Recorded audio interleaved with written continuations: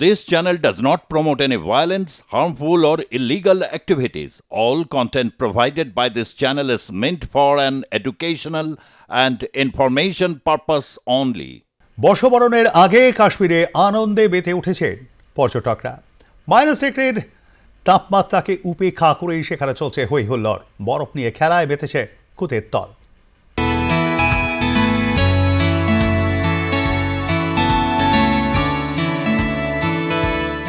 কাশ্মীর সহ একেবারে গুলমার্গ, সোনমার্গ এবং পেহেলগাঁও যেভাবে 2.5 থেকে 3 ফুট সাদা বরফের চাদরে ঢেকে গেছে, সেখানে দাঁড়িয়ে কিন্তু সকলে চাইছে এই বর্ষ বিদায়ের দিন এবং নতুন বছর যে আসছে সেই নতুন বছরকে স্বাগত জানাতে তারা কিন্তু একেবারে এই সাদা বরফের উপরেই তারা বলছে ক্যাম্প ফায়ার করবে, এখানে নাচ গানের অনুষ্ঠান করবে। অর্থাৎ যেভাবে সারা রাত ধরে কলকাতায় থেকে তারা বর্ষ বিদায় এবং বর্ষবরণের অনুষ্ঠান পালন করে, এই কাশ্মীরেও তারা আজকে কিন্তু এই -7 ডিগ্রি যে তাপমাত্রা রয়েছে, -7 ডিগ্রি তাপমাত্রাকে উপেক্ষা করে তারা এইভাবেই আনন্দে মেতে উঠবেন। এবং আমি বলবো আরো একবার দেখাতে যে যেভাবে দেখুন বাচ্চারা, ছোট ছোট বাচ্চারা তারাও কিন্তু একেবারে দেখো যে বরফ নিয়ে যেভাবে তারা খেলায় মেতে উঠেছে।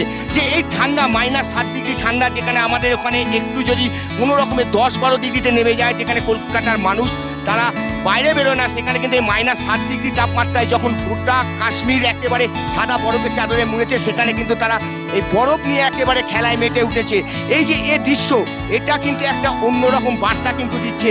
অর্থাৎ একদিকে পুরনো বছরকে বিদায় তারা যেমন জানাবে, তারা নতুন বছরকে স্বাগত জানাবে, তার প্রস্তুতি যেমন একদিকে চলছে, অপরদিকে এই সময়ে কিন্তু তারা একেবারে কোনো রকম নষ্ট না করে যে বরফের চাদরে মোড়া কাশ্মীর, সেখানে কিন্তু দাঁড়িয়ে দাঁড়িয়ে তুষারপাত যে হয়েছিল, সেই তুষারপাতের মধ্যে দীর্ঘ তাদের যে যাত্রা ছিল, সেই যাত্রায় সারা রাত আটকে থাকলেও সেই অভিজ্ঞতা ভুলে গিয়ে তারা কিন্তু এখন একেবারে মেতে উঠেছে বরফের আনন্দে। এবং এই আনন্দ তারা বলছে আগামী কয়েকদিন ধরে করবে, অর্থাৎ নতুন বছরকে স্বাগত জানানো পর্যন্ত তারা কিন্তু এই আনন্দ একেবারে চালিয়ে নিয়ে যাবে।